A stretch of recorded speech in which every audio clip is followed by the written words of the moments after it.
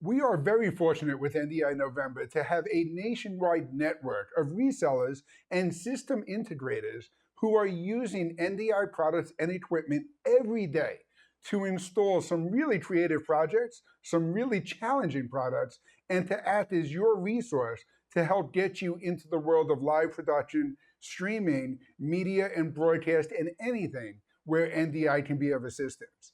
And along those lines, I wanted to invite Matt Baker from Visua Technologies to talk to us about live sports production and some of the interesting stuff that they've done in the world. Hey, Matt, how are you?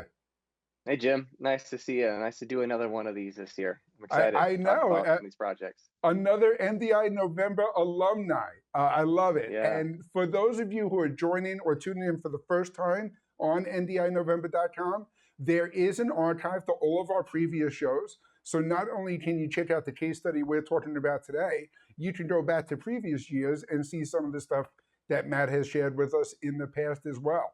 And you'll see how this technology is growing. And that's one of the things I love about doing NDI November now for the fourth year in a row, is just Mhm. how the technology is growing from one year to the next. Oh yeah, it's a huge part of our workflow as we're designing any of these ballparks, which we'll talk about here. Yeah, absolutely. Before we get into the specific case study we're talking about, do me a favor and introduce yourself, introduce Mhm. Visua, and just give us a little overview about what you guys offer. Yeah, Matt Baker with Visua.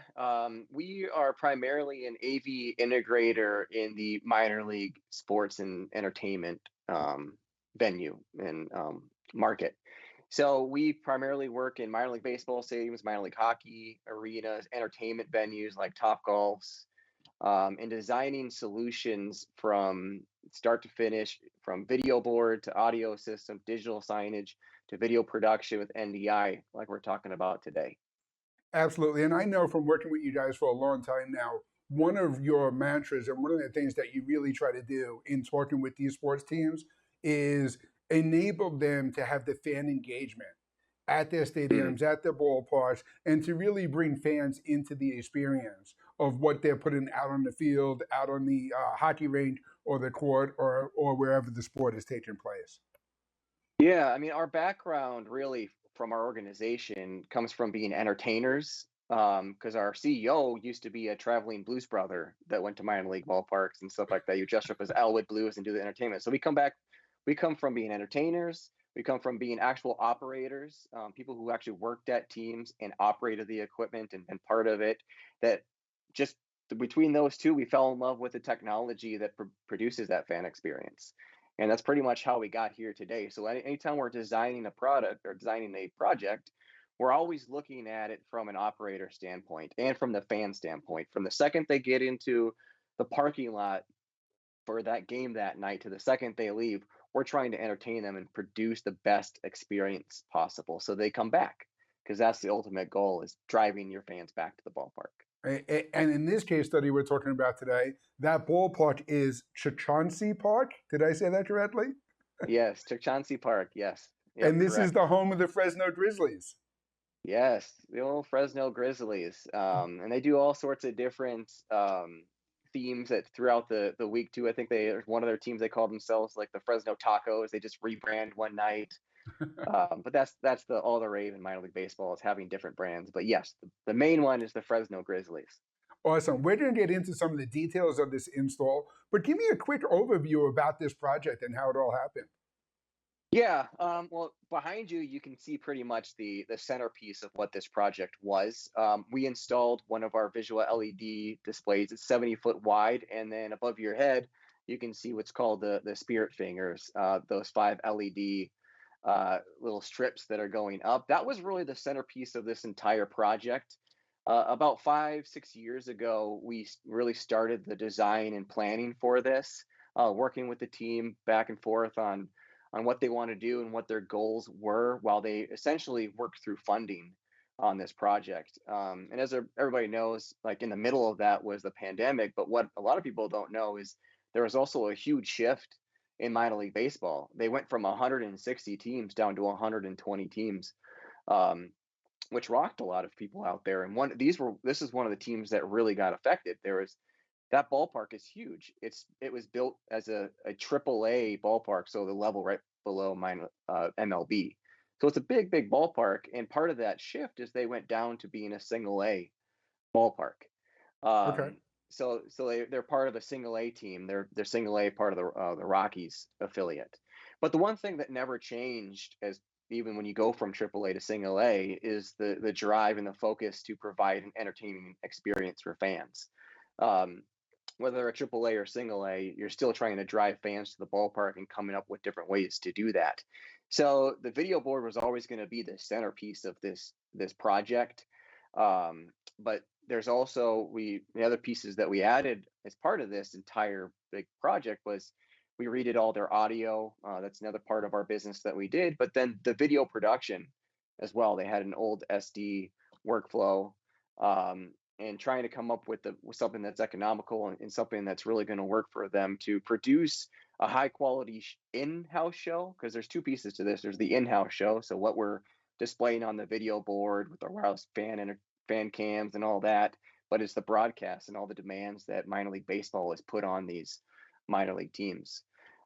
So it was a pretty big project of all the different scopes that we were working on, but really the centerpiece was the video board, and everything pretty much supported that with all the cameras and all the production technology. And I'm sure one of the things you run into all the time too, in dealing with a ballpark like this and a team that went from being a AAA affiliate to now a single A ball club is playing in this ballpark, the fan experience becomes even more important because you Mm, want to get the community to come out to the stadium, to come out to the ballpark, to enjoy all the different things that are happening there. That fan yeah. experience in any sporting event starts with the scoreboard and then works its way all the way back to the seats, to the dugout, and to everything else happening there, right? Yeah, and you go to a baseball stadium, what's the one thing that you're looking forward to? I want to be on the video board. I Like, was going to show say me on hot the dog. video board. Yes, that too. Well, eating a hot dog on the video board, right? There you That's go. the There we got that's that's it. the thing right there. So yeah, I mean that we were trying to really drive. It's all like the entertaining things that are going on the field, like the races and the fun contests and stuff. Our technology and what we put in has to support that, because there are 66 home games a year, and our technology has to support that. We got to be up at all times and capturing as many angles as we can so that we're providing that ultimate fan experience, as we say.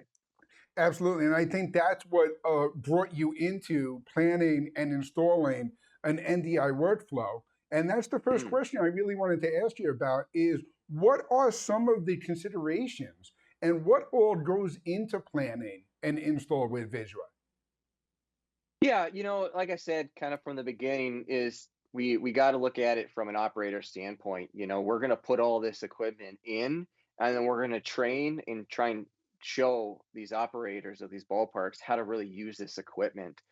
And we really like to be the ones to guide them all the way through this Yep. process. And so they're really maximizing that, because there's like the sponsorship dollars that go into this, and there's lots of, obviously you just don't put a video board and put all this technology in without the ability that, hey, I'm going to increase my sponsorship dollars and all that. So there's a lot of those aspects that go into how we're designing this, as well as the actual current infrastructure of the ballpark. I mean, like I said, it's a huge ballpark, and it was an SD design with a lot of old things. Yeah, right there, look at that picture, right? So that right there was, from 1980s style, right? It was these huge racks and so much cable that was going inside of those racks, and we just had to say, you know what's important? So we tested every single cable, we kept what was important, and we cut the rest, because gone are the days of SD, right?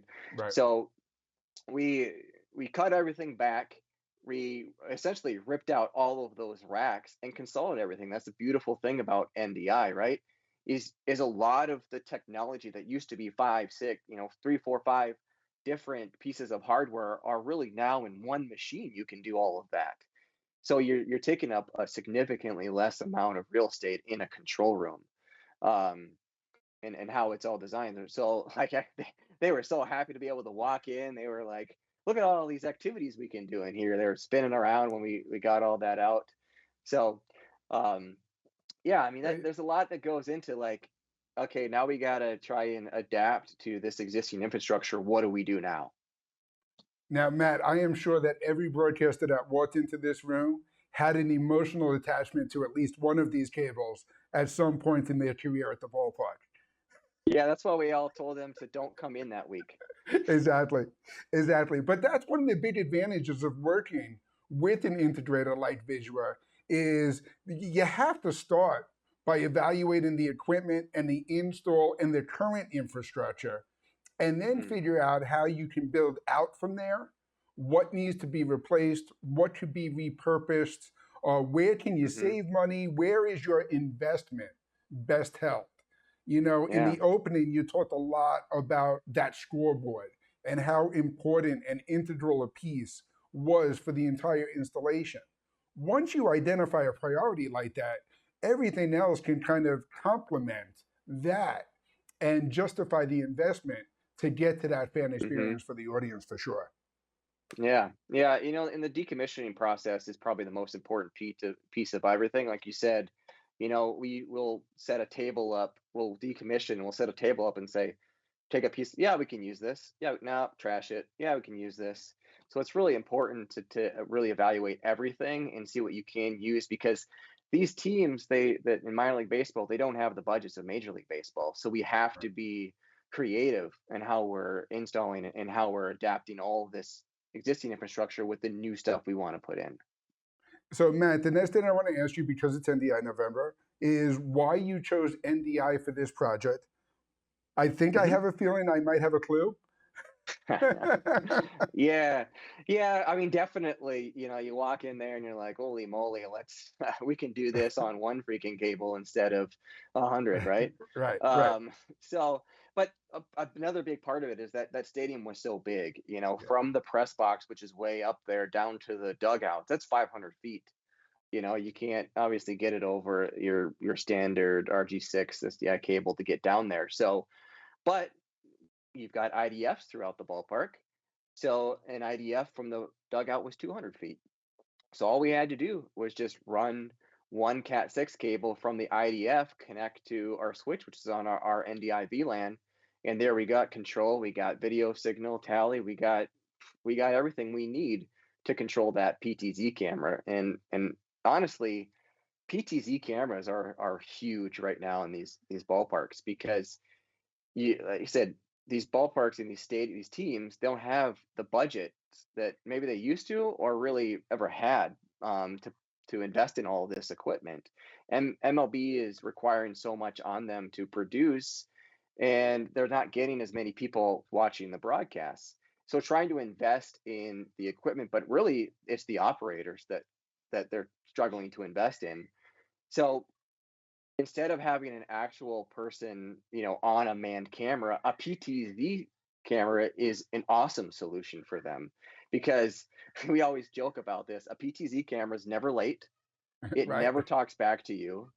You don't have to feed a PTZ camera, and they're never gonna not show up. right. So a PTZ camera is a great solution. So putting them in the dugouts out in that center field shot, you can still get all the angles and everything that you need to produce a quality broadcast, but you're not paying that payroll, essentially that operating cost to produce that, which is really key for these minor league stadiums and why we're putting so many PTZ cameras in these facilities. Absolutely. And I would imagine with a large park like Chukchansi Park, having the PTZ cameras and having the flexibility of having one camera pick up different areas of the park and different Hmm. places of the action really gives that production and control person a lot more capabilities that they would need several other cameras to hit the same type of shot. Yeah, the other thing too is outside of the PTZ cameras, we like to provide what we call like an NDI acquisition kit.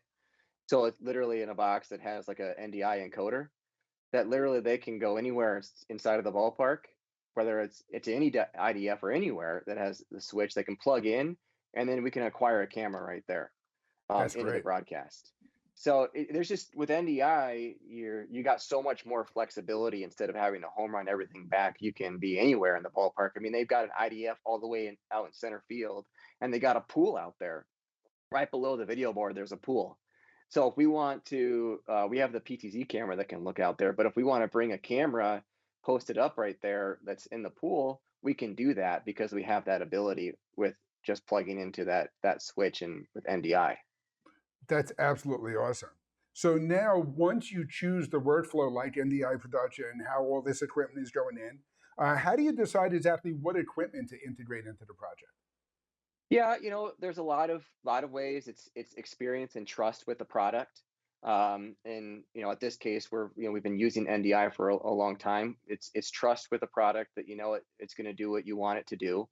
It's budget, with the team, and like I said, kind of going back to that whole idea of whether we have a man camera or a PTZ camera, trying to figure out not just their capital cost but their operating budget moving forward. And it's the application. It's where we want to put those cameras. What's going to work best? Do we want to put it a full PTZ camera, or in the case now where what we're trying to do is really there's two pieces. There's broadcast and there's player development in baseball. The major league teams are putting all of their cameras, their player development cameras that have the static shots on the pitcher and the batter. And for so many years that those shots were just theirs to use. And our shots on the broadcast were just ours to use. So we can implement NDI cameras in as player development cameras, and then we can use those in as our part of our broadcast. All those shots that got that nice close shot of the pitcher or the batter, and that they can use those cameras as well for the player development, as well as look at our cameras of the broadcast and bring that into their player development analyzation softwares that they use. So there's a lot of different things that you look into, but budget, application, and just experience with the product are kind of my three. Okay, and I think you're being modest. I'm going to say that there's a lot of training and certification that goes in with you and your team that Yeah, a little adds bit. to those decision making, those decisions as well. I also Yes. think that there's a lot of experience in when you do a ballpark like Chukchansi Park, you bring that knowledge and experience and the things that you learn and bring that to your next install. And Mm. even though every project may have a separate challenge, something a little bit unique, a little bit different, there are going to be common threads that you can run throughout all of them for sure, right? Yeah, I mean, stadiums and these size stadiums are our bread and butter, and they're all like you said. Although every control room size, layout, where the rack is, where the IDFs are all different. It's the same goal that each one of these teams are trying to do. It's provide a quality fan experience, meet all the standards that they're supposed to for MILB TV, and just continue to drive fans to the ballpark. Yep, And that's what we got to look at every time we do a design. absolutely. So now the next question is, what solutions did you implement to enhance fan engagement, such as live streaming, social media, integration, interactive content? I know all roads are going to lead back to that scoreboard, but I think there's a Yeah. lot more to it, right? Yeah, there's a couple things I'll tell you. So one of the things we really have dove into is NDI remote and using a cell phone as a camera. This Nice. ballpark is so big, right? And using standard um, wireless cameras and stuff like that. Sometimes you can't really get a solid signal in every single part of the ballpark. And one of those areas in this ballpark was the merchandise store, which is way deep down the team store.